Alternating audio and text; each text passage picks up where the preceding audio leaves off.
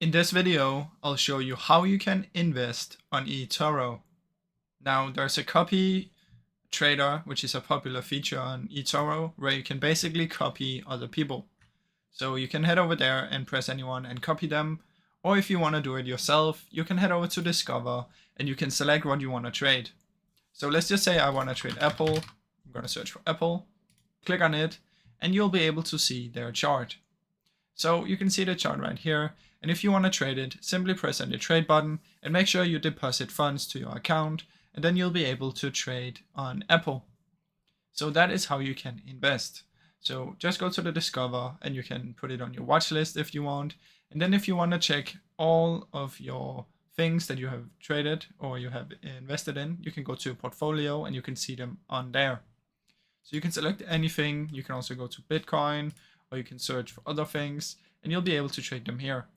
Now they're also gonna show you some recommendations on the side.